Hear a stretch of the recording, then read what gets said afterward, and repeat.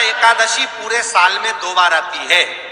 एक श्रावण के महीने में आती है, दूसरी पोषाधिक क्रम में आती है। जिस नारी को संतान नहीं हो रही हो, बहुत प्रयास कर लिया हो, पुत्रदा एकादशी पूरे साल में 2 बार आती है। एक श्रावण के महीने में आती है, दूसरी पोषाधिक क्रम में आती है। पुत्रदा एकादशी होती है, ये संतान की वृद्धि करने वाली होती है। शंकर जी के मंदिर में जाकर, भगवान शिव के मंदिर में पूजन करके घी का 1 कटोरी में घी और 1 कटोरी में खीर शंकर के सामने रख देते हैं। भगवान शंकर के मंदिर पर चौखट पर घी का दिया लगा देते हैं।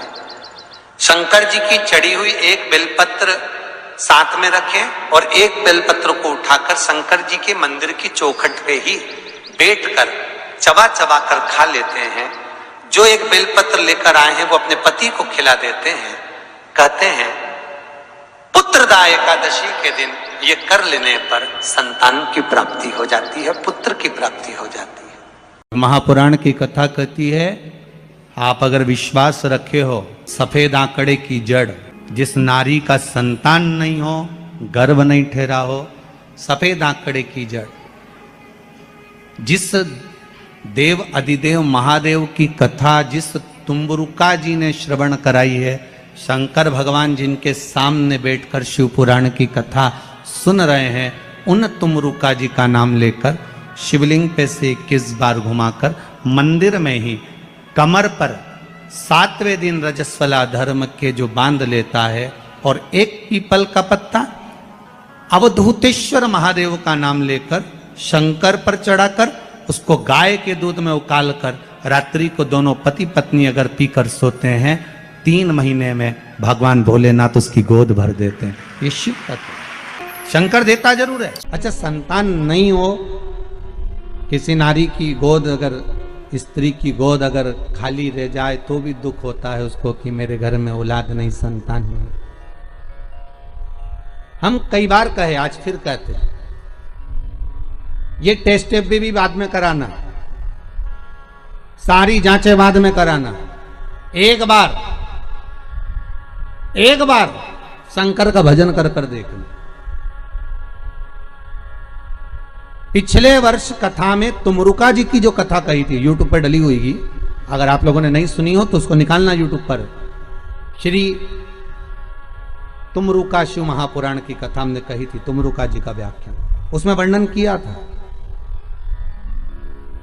सब जगह से अगर हार जाओ और सारे रिपोर्ट आपकी आपने सब दूर दिखा ली, तो एक बार शंकर पर भरोसा कर कर तुमरुका जी का नाम लेकर सफेद आंकड़े की जड़ को शिव जी पे से रजस्वला धर्म के 7वें दिन 21 बार घुमा लो, नाम गोत्र बोलकर कमर में लाल धागे में बांध लो, पीपल के पत्ते शिव जी को चढ़ाओ, उठाकर लाओ, उस 1 पत्ते को रात्रि को गाय के दूध में उकालो और उस दूध को दोनों पति पत्नी पियो, साथ रहिए।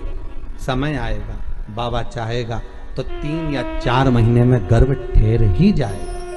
सारे डॉक्टर को दिखा लिया अपनी जगह, टेस्ट भी करवा लिया अपनी जगह, पर एक बार प्रयोग, और वो विश्वास रखकर करना पड़ेगा। शंकर पर जो भी कार्य कर रहे हो आप, जो उपाय कर रहे हो आप, शिव का स्मरण कर, भगवान पर अगर विश्वास रखोगे, भरोसो दृढ़ इन चरणन कहो, श्री वल्लभ नक चंद्र छटा बिन सब जगमा ही अंधेरो। अगर भरोसा है तो शंकर है, और भरोसा नहीं तो शिव कहां से।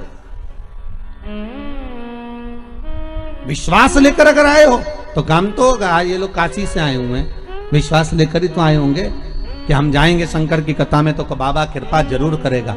कई लोग यहाँ पर बैठे हुए हैं जो विश्वास लेकर आए हुए हैं, दूर दूर से आए हुए हैं, केवल विश्वास लेकर कि भगवान कृपा करेगा किसी ना किसी रूप में, मुझे विश्वास है कि बाबा मेरी सुनेगा। और फिर कहता हूं, कथा में अगर आपने मन लगा लिया, भले टीवी चैनल के माध्यम से श्रवण कर रहे हो, भले मोबाइल के माध्यम से श्रवण कर रहे हो, भले पंडाल में सुन रहे हो, बाबा से अगर दिल से आपने अगर कह दिया तो 3 महीना बहुत होता है सब कामना पूरी होने के लिए। मेरा बाबा आपको कुछ ना कुछ दे ही देता है, बस आपकी रुचि के अनुसार सुख प्रदान कर ही देता है। भगवान कृष्ण की 16,108 रानियां थी। कितनी रानियां? जम के बोलो जरा। 16,108 8 और 16,108 रानियां होने पर भी भगवान कृष्ण के यहाँ जब औलाद नहीं हुई तब भगवान कृष्ण ने अपने गुरु गर्गाचार्य बाबा को बुलवाया और द्वारकापुरी में बुलवा कर पूछा, गुरुदेव मेरी 16,108 रानियों से औलाद नहीं होती, संतान नहीं होती, मैं क्या करूं? गर्गाचार्य बाबा ने कहा, तुम चिंता मत करो, पार्थिव शिवलिंग का निर्माण करो। शंकर भगवान के शिवलिंग का निर्माण कर कर एक एक रानी के साथ में 11-11 दिन तक बैठकर शिव जी का अभिषेक करो। और पार्थिव शिवलिंग का निर्माण गर्गाचार्य बाबा के कहने पर भगवान कृष्ण ने करा। एक एक रानी के साथ में 11-11 दिन तक भगवान शिव का अभिषेक करा। तब भगवान शंकर प्रकट हो गए और शिव जी प्रकट होकर बोले, कन्हैया मांगो तुम्हें क्या चाहिए? शंकर भगवान ने जब कहा, कृष्ण बोले मेरे यहाँ औलाद नहीं है। शिव जी ने कहा, क्यों चिंता करते हो? तुमने 11-11 दिन तक एक एक रानी के साथ में बैठकर मेरा अभिषेक करा है। जाओ मैं तुम्हें वर प्रदान करता हूं कि एक एक रानी से तुम्हें 11-11 संतान होगी और 1,77,186 भगवान कृष्ण के बच्चे हुए। ये शंकर जी की कृपा से। अब तुम्हें कितने चाहिए बोलो?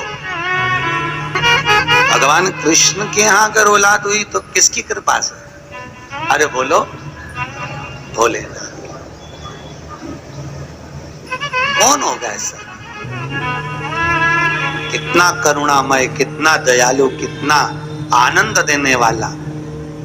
ब्रह्मलोक के देवता भगवान ब्रह्मा, वैकुंठ के देवता भगवान विष्णु और पृथ्वी का देवता अगर कोई है, इस मृत्यु लोक का अगर कोई देव है तो वो देवों का देव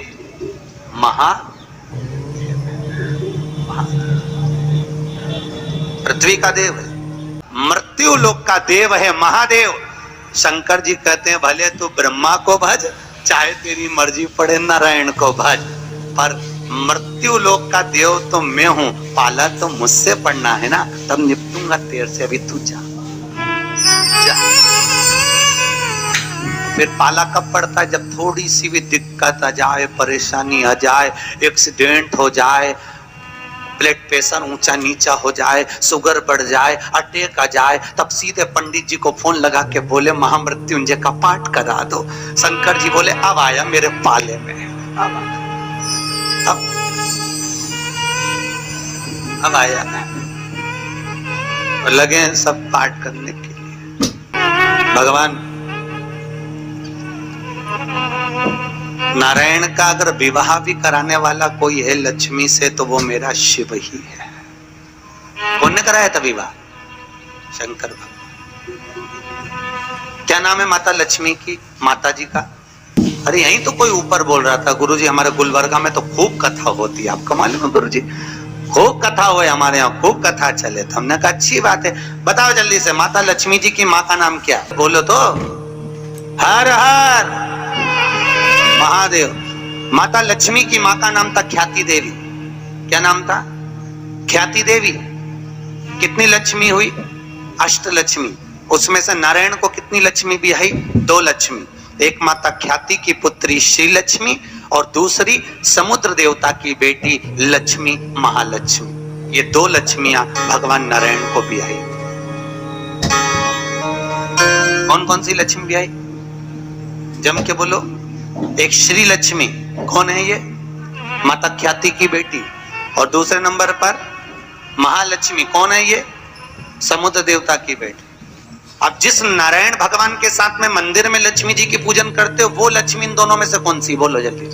महालक्ष्मी तो मात्र 7 दिन तक भगवान नारायण के साथ रुकी थी और 7 दिन रुकने के बाद में जब श्री लक्ष्मी ने भगवान शिव से जाकर निवेदन करा, भोलेनाथ मेरे प्रभु नारायण का विवाह समुद्र देवता की बेटी महालक्ष्मी के साथ भी हुआ है, आप करुणा करिए। तब भगवान भोलेनाथ ने पार्वती जी का एक मंगल सुमंगल आनंदमय तीज का व्रत बताया।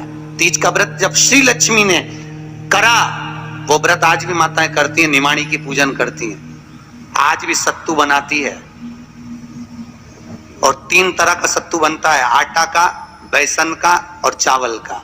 तीनों का अलग अलग प्रमाण है। कल आपको कथा में बताएंगे कि आटे के सत्तू का क्या प्रमाण है, और आपको मालूम हो तो आप हमें बता देना, उसमें कोई दिक्कत वाली बात नहीं हो। और तो कथा तो ऐसी चलेगी, आधी हम बाँचें आधी तुम बाज देना। आटे का सत्तू चने की दाल का सत्तू और चावल का सत्तू, ये तीनों क्यों बनते हैं? और सत्तू भी बनाओ तो चक्की ऐसा बना लो, पर पिंडा बनाना क्यों जरूरी होता है? वो पिंडे का क्या महत्व है? और श्री लक्ष्मी और महालक्ष्मी की कथा में वर्णन है दोनों। वो कथा कल आएगी, उसको अपन कल लेंगे।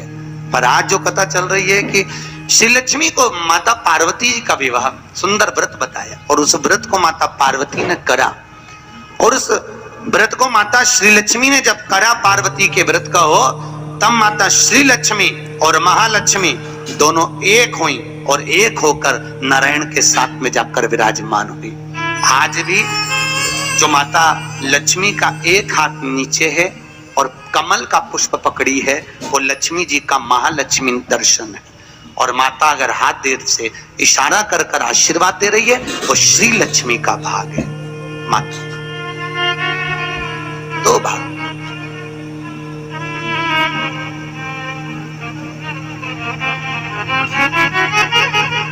दो भाग में विराज। आज बाबा भोलेनाथ की कथा कह रही, करुणा सागर भगवान शिव जो आनंद की राशि हैं, मृत्यु लोक का जो देव है महादेव, पृथ्वी पर रहने वाले जीवों को कष्ट ना हो,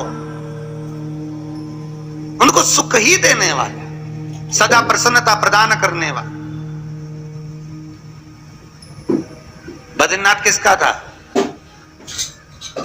जिस बद्रीनाथ में नारायण बैठे हुए हैं, आप लोग बोलते हो ना बद्री विशाल भगवान की, अच्छे से बोलो, बद्री विशाल भगवान की। कौन बैठा है बद्री विशाल में? अरे बोल दो।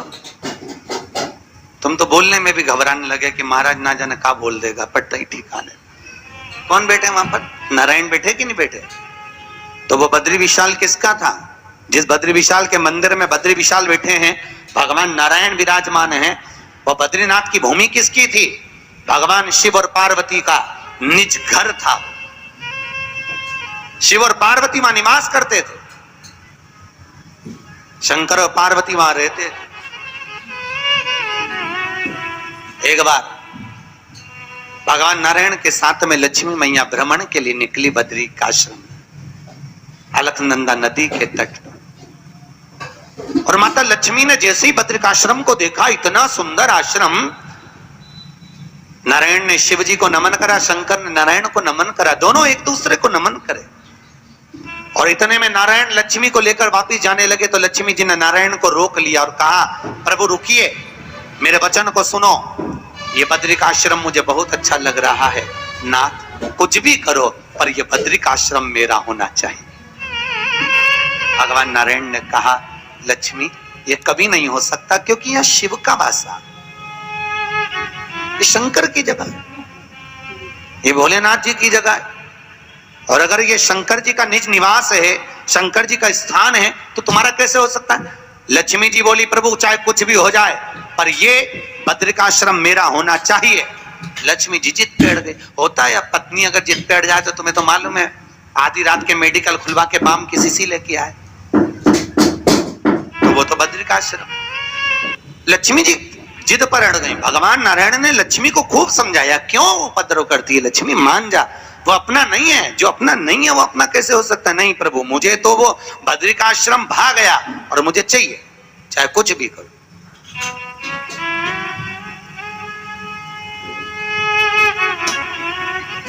और देखो, अगर भाग्य में है, किस्मत में है, तो जरूर मिलता, जरूर।